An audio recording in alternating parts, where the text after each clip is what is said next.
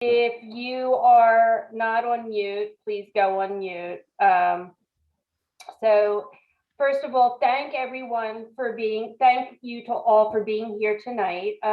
My name is Jill Zippin. I am chairwoman of Democratic Jewish Outreach Pennsylvania. For those who are not familiar with Democratic Jewish Outreach Pennsylvania, we are a political action committee that works to elect Democratic candidates in the state of Pennsylvania through running ads, through hosting events like this. And we are very happy that you are here this evening. Please check us out at www.djop.org. We're very pleased tonight to have with us two amazing and wonderful PA congresspersons, Susan Wild from PA 7 and Conor Lamb from PA 17. I'm going to introduce Susan, and our board member, Steve Irwin, is going to introduce Conor. Then they will both say a few words, and then we're going to have a moderated discussion. However, please put any questions you may have for the congresspersons in the chat, and we'll definitely try to get to them. So I'm going to start by introducing Susan. Susan is from Lehigh County and has lived there for over 30 years. She has two children who were born and raised there. She was a successful attorney. She was then an Allentown city solicitor, and then she became what is known one of the Fab Four.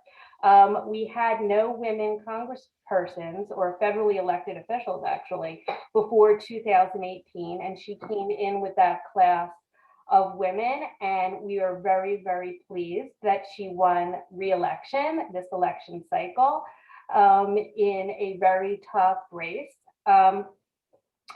She serves on the Foreign Affairs Committee, the Education and Labor Committee, and the Ethics Committee. She's on multiple task forces, including climate change, and I saw some really interesting ones here. So she's on the Middle Class Jobs Caucus, the Bipartisan Task Force for Combating Anti-Semitism, the Congressional Hellenic Israel Alliance, and then two that I thought were very interesting, the Congressional Candy Caucus and the House Small Brewers Caucus. So beer and candy, good caucuses, Susan. Well, let me just, so that's a good launch pad. So both of those caucuses actually represent my district very well. We have a large number of candy manufacturers and a large number of craft breweries. Most of you are familiar with Sam Adams Beer, which is not a craft brewery.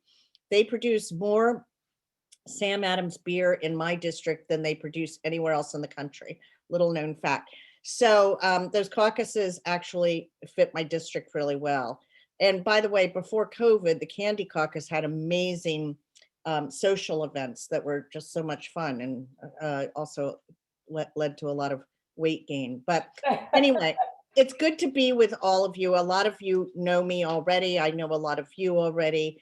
Jill and I go back to my first thought of running for office when I reached out to her and we met, and I've since become very, very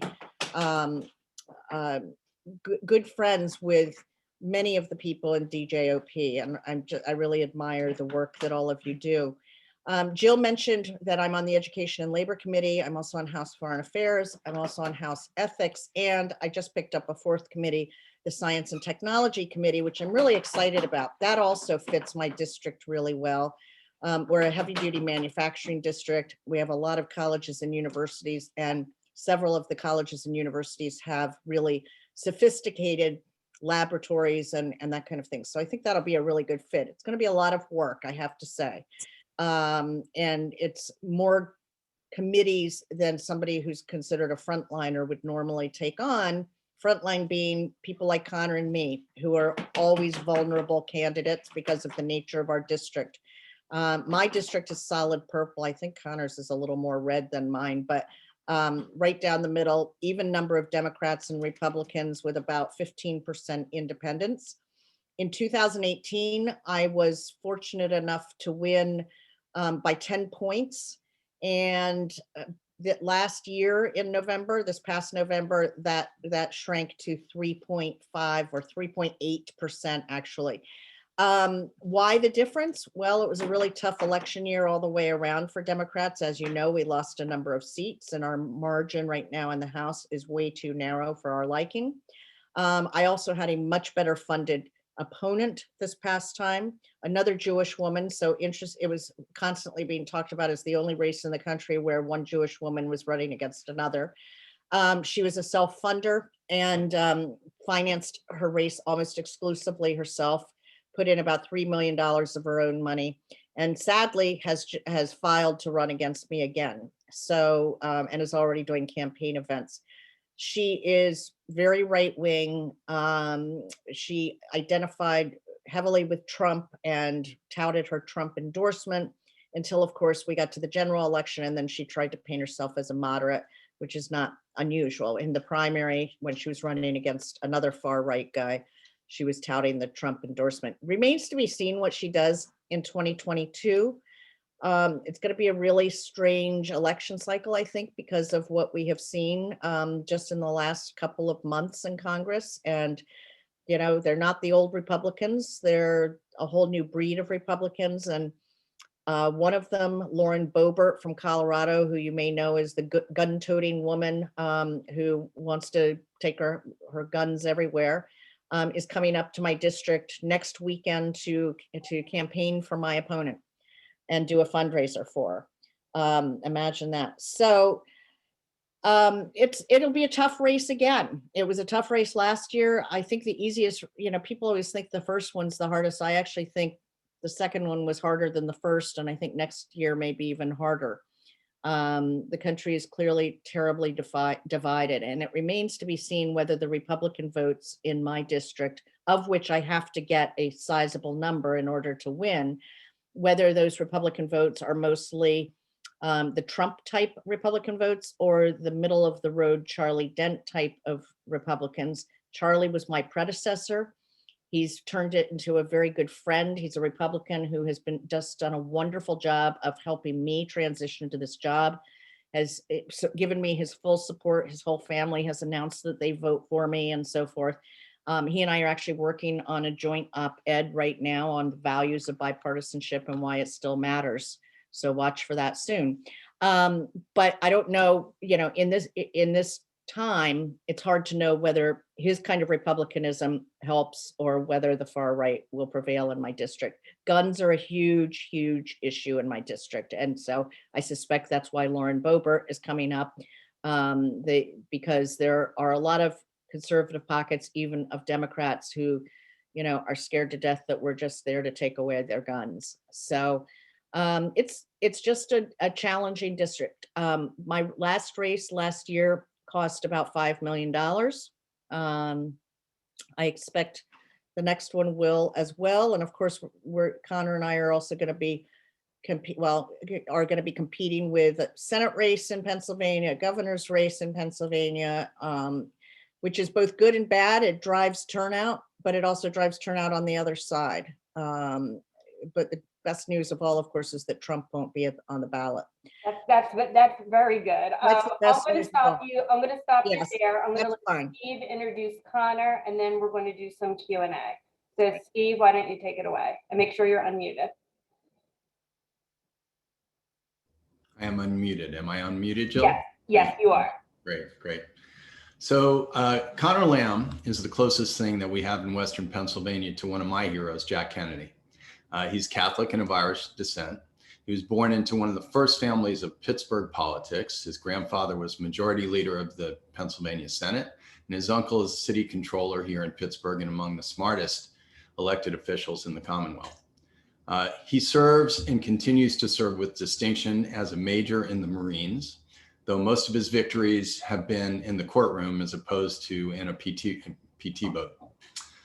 He married during his first term an extraordinary woman, Haley Haldeman, who is a fixture in arts and culture, not only regionally, but internationally.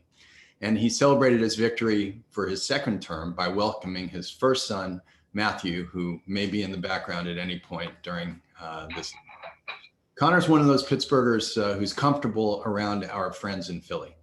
He's a graduate of Penn, both undergrad and law. After clerking for a federal judge in the Eastern District of New York, not an easy clerkship to get, he served as a JAG in the Marines and then as an assistant U.S. attorney, prosecuting, among other things, opioid rings before walking onto the political battlefield. Conor's been in office for 3 years, and he's won 6 elections when you include the primaries in 2 different, extremely competitive congressional districts. His first race in the congressional district that was once held by Rick Santorum became a national referendum with more than $15 million spent on that race. And even having ex-president, and I love the ring of that, ex-President Trump, sending Ivanka, Don Jr., and even Vice President Pence to campaign against him. And even after all that, Conor won by a whopping 755 votes. I'm an old klezmer player who from time to time plays accordion with Conor's uncle's band, Guaranteed Irish. And so I'd be remiss if I didn't mention and acknowledge his good nature when we had a rally for his campaign in my backyard and we asked him to play, and he played tunes with us on his guitar. And as well as acknowledging his sense of humor, because he arrived to find 4 lambs in our backyard grazing. I'm sure many of you saw Congressman Lamb's impassioned speech on the floor of the House during the certification of the Electoral College vote. And you probably heard of things that happened that weren't ready for primetime TV. He's eloquent, he's intelligent, he's a fighter in the best sense of the word. And his priorities are our priorities. And for that reason, I'm so glad that DJOP chose to support him in his reelection and invite him here this evening. Conor. Thank you, Steve. Thank you to Jill and Howard, of course, for making this whole thing work. And I know many, if not most of you on this call have already supported me in one of the 3 campaigns I've run in the last couple of years. So I just want to say a big thank you to all of you, especially those of you not in the Pittsburgh area who have reached out and given us $5 or $100 at a time or whatever it was. That's the lifeblood of these campaigns. You know, as Steve outlined in that first race in particular, President Trump had won that district by 19 percentage points in 2016. And the Republicans were willing to defend it at all costs because they didn't want the narrative of his unpopularity. And I think at the end of the day, we got outspent somewhere between 10 and 15 to 1, including trips by Trump to the district. And it was all of that out of district, small dollar support that kept us afloat. It really was an incredible thing to experience. And since then, you know, many folks have allowed us to continue to compete successfully. You know, much like Susan, we had a more comfortable November of 2018 and then a much tighter November of 2020 because of some of the national headwinds. But I think in the races like ours, where you've really invested over time in the candidate and helped us keep a consistent team around us and, you know, get some rhythm, it really pays off. And it's important for us all. I think, to me, one of the biggest things I sort of feel and experience other people feeling day to day is the fatigue with Trump and Trumpism and the effect that it's having on people nationally when it comes to politics. And it makes you feel like there is this group of his followers out there, and they are who they are, and we're locked into conflict with them in like a zero-sum game. And what I've learned in these 3 very different campaigns is that's just not at all true. There is an element of his hardcore supporters, but they probably aren't even a majority of the Republican Party. Even if they are, they're definitely not a majority of the American people, or even half the American people. There is still a group there you can call, I wouldn't even call them in the middle because it's not really how they align up politically, but they will listen to people like me and Susan and many of our colleagues who are straightforward, compassionate, but put the country first, are practical, common sense, and just talk about how we can get their drug costs down and their paycheck and pension up. You know, just very simple family budget economics. And it works. It works in an area like mine for sure. And we couldn't do it without your support. And so last thing I'll say is I know that many in this group take their faith extremely seriously. That's why you're sort of grouping as a Jewish community. And that's something I'm familiar with as well. And, you know, a lot of people tend to assume these days Catholics are Republicans because abortion is the only issue that matters. Again, not actually true in real life among the members of our church. You know, a majority of American Catholics support Roe v. Wade, just like I do. So, you know, using our faith to inform compassionate progressive politics, I think is an important thing for us all to highlight a lot more going forward, and it's very effective in districts like this. So thanks for your questions. Great. Before I begin with some of the conversation, both Connor and Susan are in tough races, and in the chat box are donation links. Early money is really important, and believe it or not, the race has already started. As Susan mentioned, the Republican who will be running against her is already filed. And we're thrilled to provide you with free events like this, but if you'd be willing to contribute to both of them, we at DJOP would be greatly appreciative, as would the residents of the state of Pennsylvania. So thank you. Susan and Connor, I'm going to start with a question about COVID. Pennsylvania's been hit very hard with COVID. There have been job losses, restaurants are closed, businesses are closed. How will the Biden relief bill help PA residents generally and in your districts specifically? Susan, you can start, and then we'll go over to Connor. Well, thanks, Jill, for the question. It's obviously top of mind for everybody. And, honestly, I have fewer reservations about passing a big bill like this now than I would have a year ago. In fact, I voted against the first HEROES Act at the end of May of last year because I thought it was too big and didn't have a chance in the Senate, as in fact it didn't. I think Connor might have voted against it too, I'm not sure. But anyway, we've heard from everybody that knows anything about economics that it's really, really important for us to do this, that our economy is going to go into a deep, deep dive if we don't. In my district, as with most districts across the country, small businesses are struggling terribly. Restaurants have closed or are hanging on by their fingernails. Individuals are literally just praying that the rent moratorium continues for a while longer because they can't figure out how they would put a roof over their head. I personally, because I have given my cell phone out very, very widely and freely, I get many, many tormented questions from people about how they're going to pay their bills. It's really sad. It's like nothing I ever imagined happening in my lifetime. It reminds me of what it must have been like during the Depression. That tragic and difficult for people. So the money that is included, and we haven't seen the exact text of the bill yet, but there is specific assistance that is going to be tailored to schools, which is super important if we want to get those schools reopened, which is probably the number one thing I hear about from parents these days. We've got to send some more money to the schools so that they can do things that ensure proper ventilation and spacing and making sure that it's safe for teachers and students and every other staff member, from custodial staff to cafeteria workers. We've got to provide direct aid to our state and local governments, which are really struggling, haven't gotten any money in the way of COVID relief because Mitch McConnell was never willing to take up anything that included state and local money. Without that state and local money, we're talking about massive layoffs of firefighters, teachers, bus drivers, cops, and more. So those are some of the most essential parts of it. And of course, the most essential of all is making sure that we've got enough vaccine supply and that we've got a decent distribution system, which I quite candidly will say we don't yet here in Pennsylvania. Connor, do you want to add to that? Yeah, and I'll just be quick so we can get to as many as possible. We looked up before this call there's a pot of, I think, 350 billion for state and local governments. And the goal was to split it 60% state, 40% local. So for Pennsylvania, that should mean around 7.5 billion for our state and another sort of 5.5 billion for the local governments, counties and boroughs, cities spread out.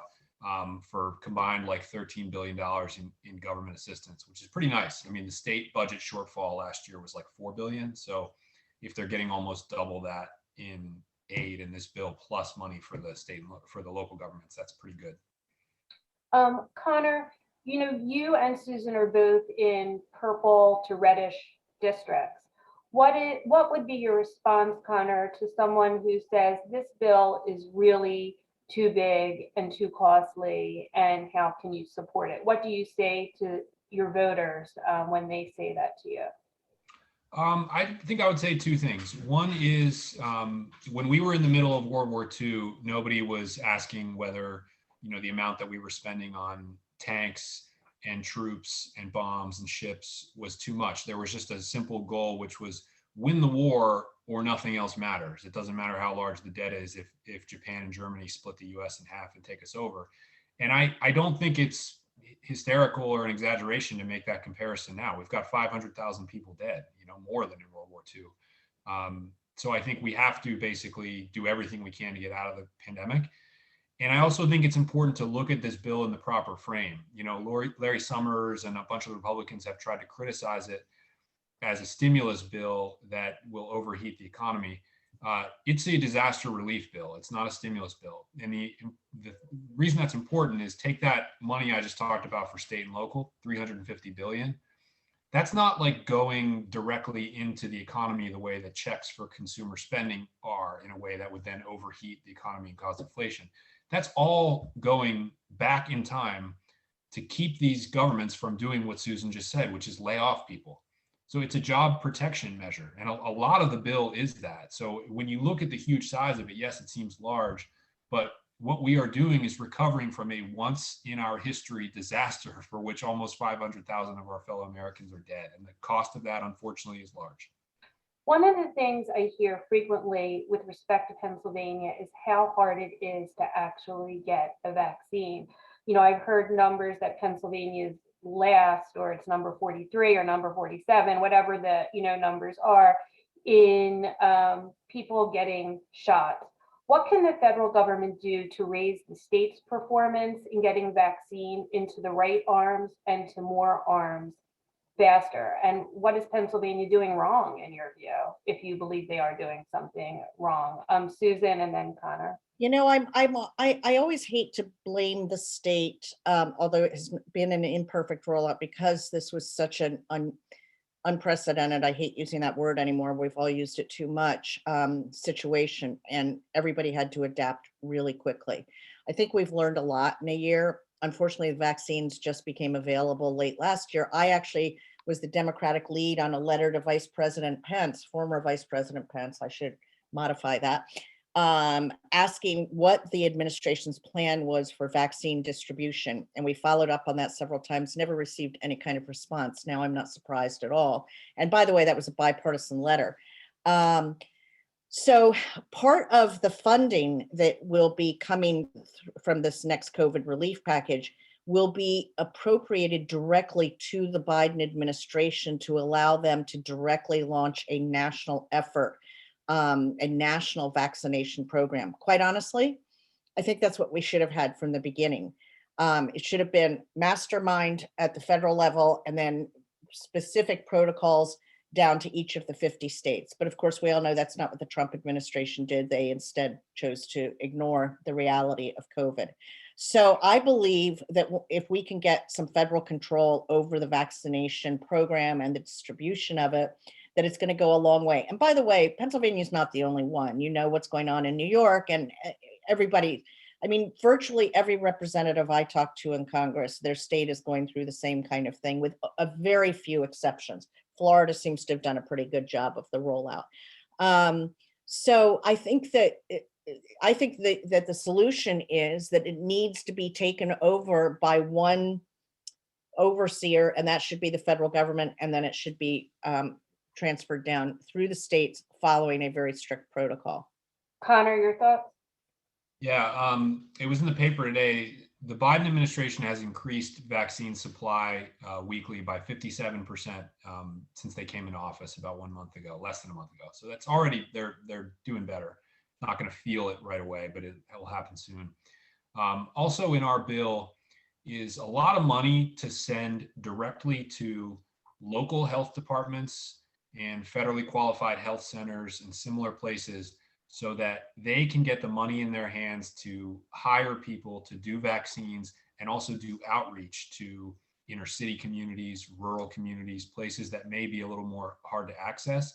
And that was never done under Trump, and it was never planned for. So while we get through that initial tranche of long-term care homes, medical personnel, first responders, that's great. We have this huge challenge waiting for us, and we're investing in that in this bill, which should make a big difference. Great. One of the issues that's come up with regard to this big relief package is the minimum wage. Some people say it's going to be in the bill. There's a legal issue about whether it can be part of reconciliation. So I wondered what both of you thought of a $15 minimum wage, getting rid of the tipped minimum wage, if you think it should be something other than $15, if you think it should be a standalone bill. What are your thoughts? Essentially, we'll start with you, Connor, this time, and then go to Susan. I supported this bill when we passed it as a standalone last year. Yes, it's $15, and that's what everyone talks about. It's $15 in 2026. I think next year it's $11.80, and the year after that it's $12.30. I mean, it steps up, and it actually creates look back points where they have to issue a report on whether it's having too negative an effect on jobs. So it's not really a very radical approach to getting people to 15, which computes to $31,000 a year if you're working full time. So we're really not talking about anything luxurious or grandiose. The one part of it that I certainly would be willing to revisit, it's been hard to get our leadership to revisit, is the tipped wage. Tipped wage is obviously very low, but people earn more in tips.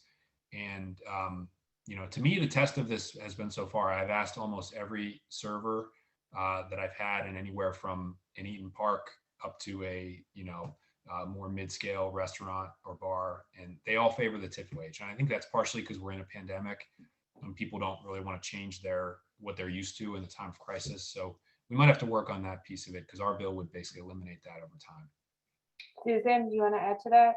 So as I say to people, at least 5 years ago, if not longer, we started talking about the $15 an hour minimum wage to be phased in over 5 years. Here we are 5 years later, we're still talking about the $15 an hour minimum wage to be phased in over the next 5 years. At some point, it becomes ludicrous. And I think we're actually at that point. Think about this. During the pandemic, when so many of us were fortunate enough to be able to work from home, from the safety of our own home, most, and I'm not counting doctors and RNs and that kind of thing, but many of our frontline workers are the people making $7.25 an hour or thereabouts. And that to me is unconscionable. We have people that are under the poverty line working 40 hours a week. And of course we're in, it was interesting. I was on a Zoom with Mikey Sherrill from New Jersey recently, and we were talking about the minimum wage. And she said, well, we don't have that problem in New Jersey because we're already there, but the states down south. And I said, hold up. I said, the state to your immediate west is a $7.25 an hour minimum wage state. And, we all know what the cost of living is. We all know that there's no way you can afford an apartment really anywhere in the country making $7.25 an hour. So to me, it's a matter, and I understand that it's a difficult sell for businesses. It's particularly a difficult sell for small businesses. But if the answer is that we are benefiting small businesses at the expense of workers, I just don't think we can do that. I don't think it's fair. I think we absolutely have to get to, and honestly, it's been so long that I think the phase in is almost too long at this point. And I'm in a district, by the way, where this is not a popular topic. Trust me, among any of the businesses. But I absolutely did vote for it last time and will vote for it again. So speaking of your districts, talking about the politics of winning elections, both of you, as I mentioned, are in purple districts. So my question for both of you is, why do you think as Democrats you were able to win in your district? And there's a lot of talk that it's going to be difficult to hold the House in 22. And as a matter of fact, the GOP has targeted 47 seats, and both of your seats are among those targets. What do you think the House needs to do to continue a Democratic majority there? So I guess specifically with respect to your districts, and then generally, what does the House need to do? What kind of support do you need? We'll go to you, Connor, and then to Susan. For us, I think what's going to matter most is people's perception of the economy and the steadiness of our leadership in relation to that when we get to November 2022. So I think this COVID-19 bill that we're about to put through, again, 2 trillion, it's going to have a significant impact on the economy one way or the other. We think it's going to impact working people in the middle class dramatically and help get their kids back in school and really make them feel it, in a way that people say they didn't feel it after 2008. I think that's mostly going to be it. And then what I said about the steadiness of our leadership is, I think in connection with that, we shouldn't spend the next 18 months offering messaging bills about, obscure topics that are far away from the basic immediate economic and healthcare needs of, sort of everyday Americans that aren't going to pass the Senate anyway, and sort of just make bullets for the other side. And then recruitment is always very important in these difficult districts. And I think we know how to do that, but it always takes a lot of work. Susan? So I'm a big believer for any one of us, especially those of us in difficult districts, that you play to the idea that people can hate Congress as long as they love their individual congressperson. That's sort of my goal. If people in my district want to hate the institution of Congress, not that I want them to hate Congress, but my goal is for them to say, but I really love my congresswoman. And I suspect that's the same for Conor. It's for us in the difficult districts, it is about individual outreach. It's about people knowing you and feeling like they know you, and the real you, not just whatever the DNC or the DCCC puts out there in the way of messaging. They want to know, they want to see us deviate from our party sometimes, and both Conor and I do. But they want to see us deviate from our party for good, sensible, hardcore reasons, and then to explain why we deviated from our party. In my district, and I'm sure Conor's district is the same, they're looking for real independent thinkers. So I have a district that uniformly consistently voted Charlie Dent back into office, and has voted me into office now 2 times, 2.5 times if you count my special election. And that's because they feel like they know us. They feel like we're not just party hacks, so to speak. And that we, and the other part of it is to have really stellar constituent services, which is a strictly local issue. Are either of your districts subject to the redistricting that will occur? We'll all be subject to that. Apparently, we're going to lose a seat in Congress. So we currently have 18 seats, 9 Republicans, 9 Democrats. Reportedly, we are going to lose a seat because of the dwindling population in Pennsylvania, which means everybody's district is going to get a little bit bigger, which is not a good thing for me. I can't speak for Conor, but the only way to grow in my district is to go into pretty solid red areas, which is of concern. Do you know where that lost seat will be? Does anyone have any idea? Pardon me? Do you know where that lost seat will be? Does anyone have any idea? Conor, do you have any thoughts on that? No, I don't know that it'll materialize as sort of one lost seat. The way the state Supreme Court cracked down on this in 2018, I think both sides have some obligation to try to draw the map by neutral criteria, which I think would more or less gradually expand a bunch of borders, sort of working from the middle of the state out. But we don't know. And we're not going to know for quite a while. I don't think we're going to know till February a year from now, what the next. Yeah, the census data was late. And the thing is, the Republican seats, other than Brian Fitzpatrick, all of those could expand and still be in solid red territory. So none of them, I don't think any of them are in danger. Do you, Conor? Yeah, I don't think so. But again, I don't know. Yeah. Turning our attention to January 6th. That, we've all seen the videos of you, Susan, and we've seen the videos of many people during that day. I have 2 questions with respect to that. How have both of you dealt with that trauma of that event? It was a very traumatic event. That's number one. And then the second question is, how do you interact with your fellow members who voted not to impeach? You have in your ranks people like Boebert and Marjorie Taylor Greene, and there are not just those two, there are many others like them. So how do you relate and work to them, and how did you deal with the trauma of that day? I'm going to start with you, Susan, and then we'll go to Connor. Well, probably everybody on here's seen the picture that went viral of me lying on my back with my hand up to my chest in my red jacket, thinking I was having a heart attack. It was an extremely stressful day. I was one of the very last people out of the gallery after everybody down on the floor had already evacuated. We were starting to feel very abandoned. Thankfully, Jason Crow from Colorado was there to comfort me and keep me a little bit calm. But I had a phone call with my kids that my kids are adults, but my concern was that it was going to be my last phone call ever with them. And I went through, that horrible parental thought of, do I call them and upset them, or do I not call them so I won't upset them, or do I call them because it might be the last time I ever get to speak to them? And that thought actually went through my head. I can't tell you what that's like. I've done a pretty good job of rebounding from it. I was happy to go back to the House floor that night and finish our business well after, I don't remember what time it was. I think Conor was on after me, and I think he was speaking around 2:30 or 3 in the morning. It was crazy. But I just,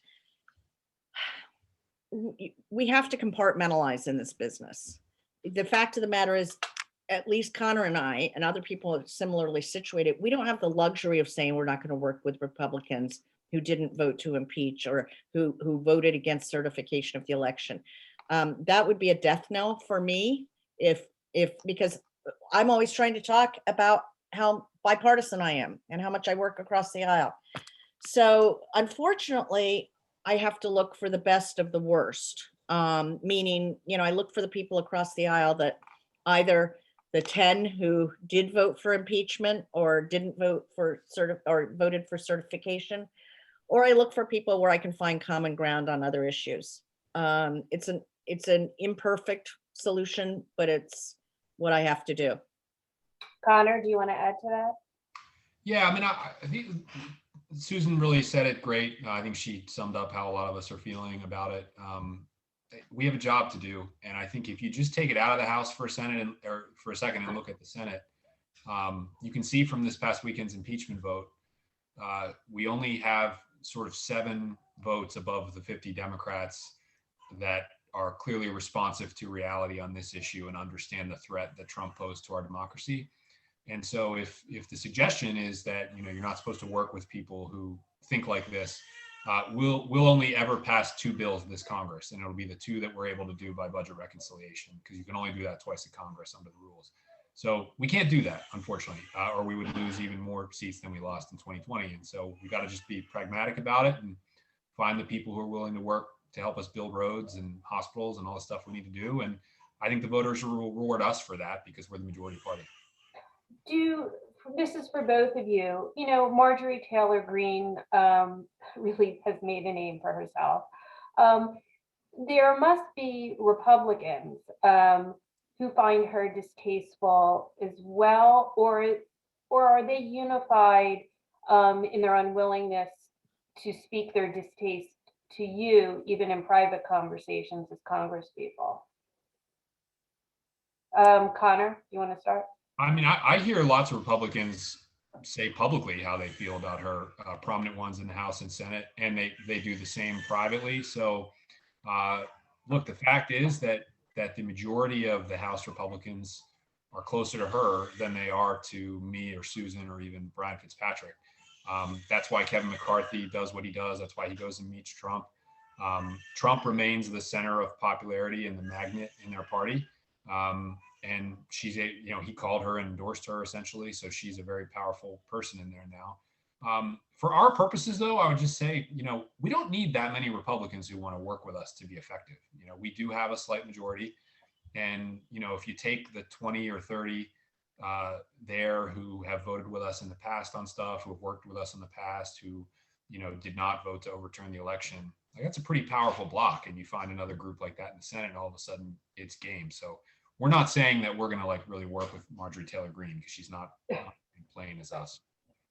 I want to turn our attention a little bit to foreign policy. I would like to hear what each of your position is on returning to the Iran deal. I'm going to start with you, Susan.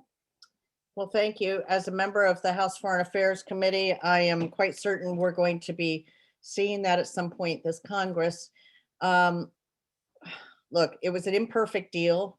Having said that, I was not happy when Trump pulled out of it, mostly because of what I felt that it did with our allies. And I'm all about diplomatic foreign relations and keeping strong relationships with our allies, and pulling out of it unilaterally really did not do much for that. Um, eh, you know, for me, it's going to depend on what the deal looks like. I hope it looks a lot better than the last one did. Um, I don't know. The problem is now we're playing catch up, in the same way that we are on so many things because of the Trump administration. The question becomes, will we ever be able to get Iran back to the negotiating table? Obviously, the sanctions are devastating to the people of Iran. I'm not sure that matters to leadership in Iran, so I don't know whether we'll actually get them back. But aside from that, how broad will it be? How enforceable will it be?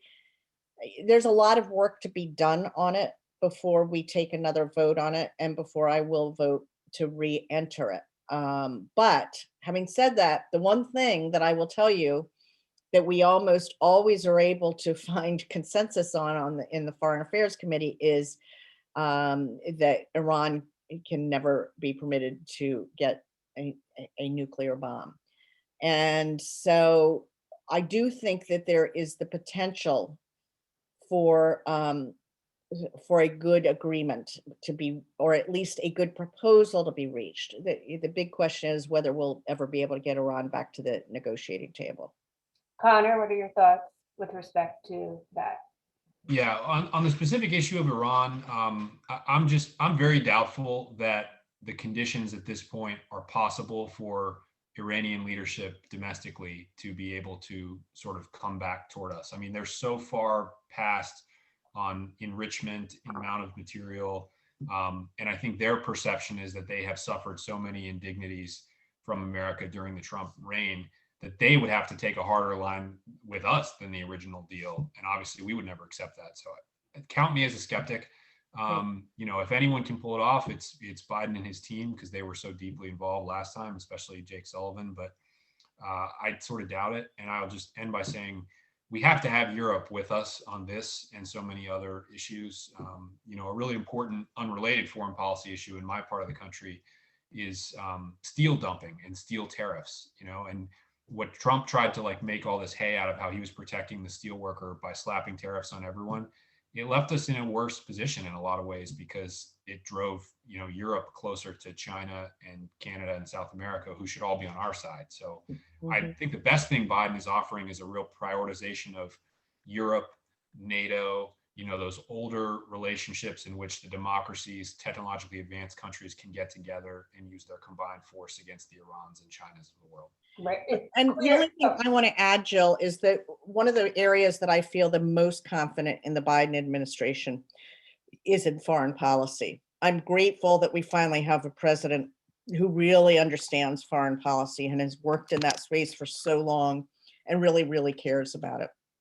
Right, I agree with you. I think we're going to see a huge reset with regard to foreign policy that will make our nation and the world stronger. So I agree and fall. Turning your attention to Israel, I know there have been some concerns that Biden hasn't spoken to Netanyahu, and Netanyahu and Trump, appeared to be very close. Do you think there will be opportunities to re-engage the Israeli-Palestinian peace process as long as Netanyahu is in power? And what do you think Biden, with his expertise, really should be doing to push forward these efforts? Conor, I'll start with you and then go to Susan. Yeah, and I saw somebody put in the comments they spoke today for 2 hours.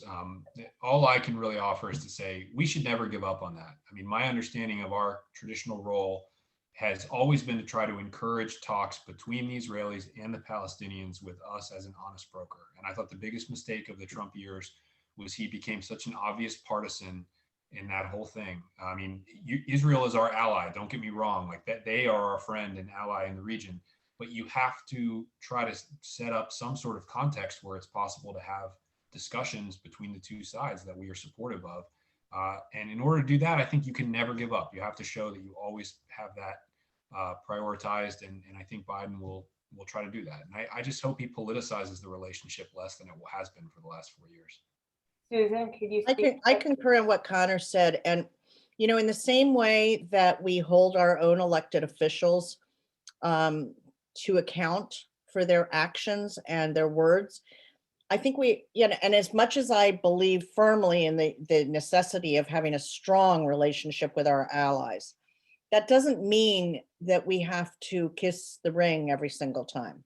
I think we should be, the US provides Israel with a lot of support. That with that, I think comes the right for the US, not necessarily on the public stage, but diplomatically to challenge Bibi on certain things. So I don't want to see the kind of relationship that Trump had with Netanyahu at all ever again. So there has been a steady rise in anti-Semitism in this country. You know, even before the January 6th riots with the terrible T-shirts that said awful things, there had been a steady rise in hate groups and things like that. Why do you think there has been that rise?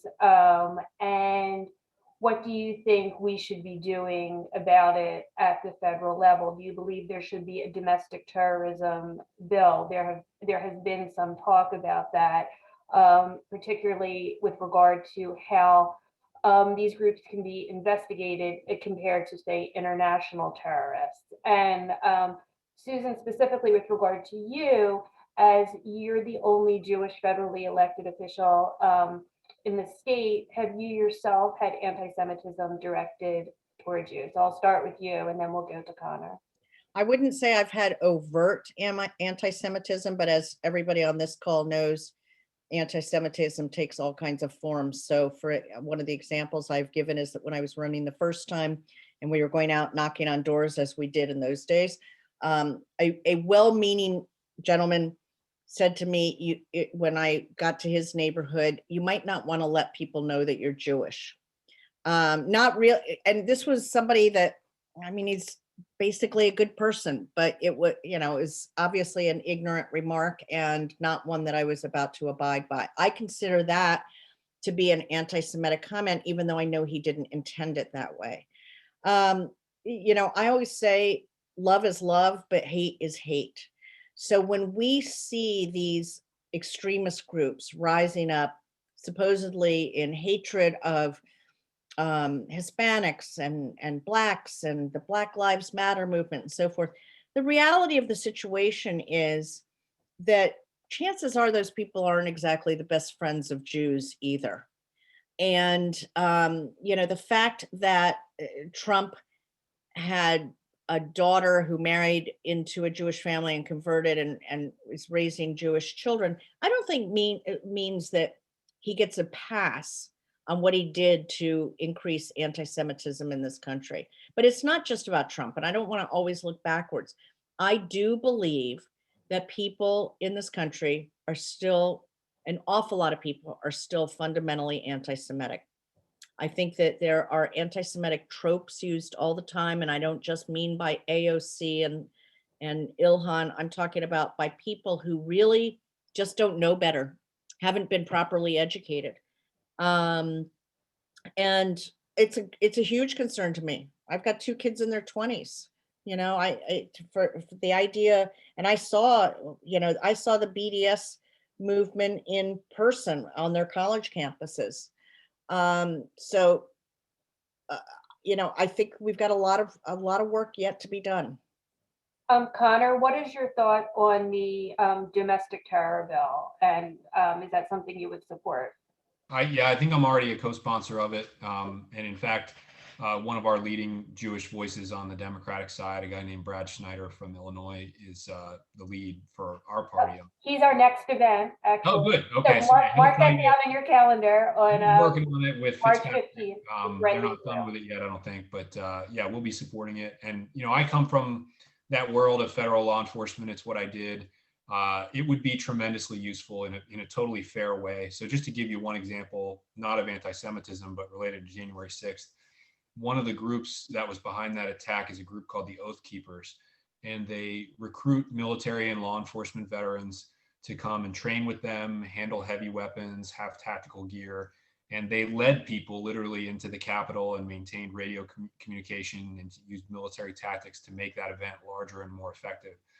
Well, that group has patches, they have insignia. They have openly declared civil war on the United States. They believe that a civil war is underway and that they are fighting it. And so, in my view, anyone that affiliates with the Oath Keepers, goes to their training, wears their insignia, and definitely anyone that takes part in something like January 6th, has joined a war against our country, and that is domestic terrorism. Their affiliation with that group should be treated the same way that we would treat someone who affiliates with Al Qaeda, as itself an offense separate and apart from their conduct, although their conduct obviously matters. Do you think that bill will be able to make it through the Senate? Who knows? There's certainly, what I can say is, and I was on a call about this today, they are doing everything they can to write it on the front end with enough Republican support that it stands a chance. The Republicans are raising certain sort of what they call free speech related concerns. But I think if Brad gets a bill introduced, it will be one that can pass the Senate. Another issue of concern to people is voting. Voting rights, voter suppression. It's Black History Month during February, and a great way to make it meaningful would be to pass the new voting rights bill.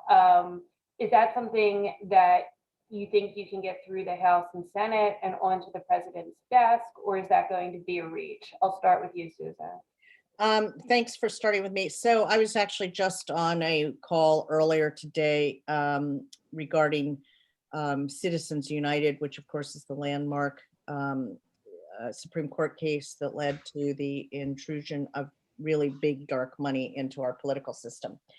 So there are two different things we're talking about here. The Voting Rights Act, which is now I think the John Lewis Voting Rights Act, is a little bit different than HR 1, which is the Democracy Reform Bill, but both of them deal with the issue of voter suppression and voter oppression.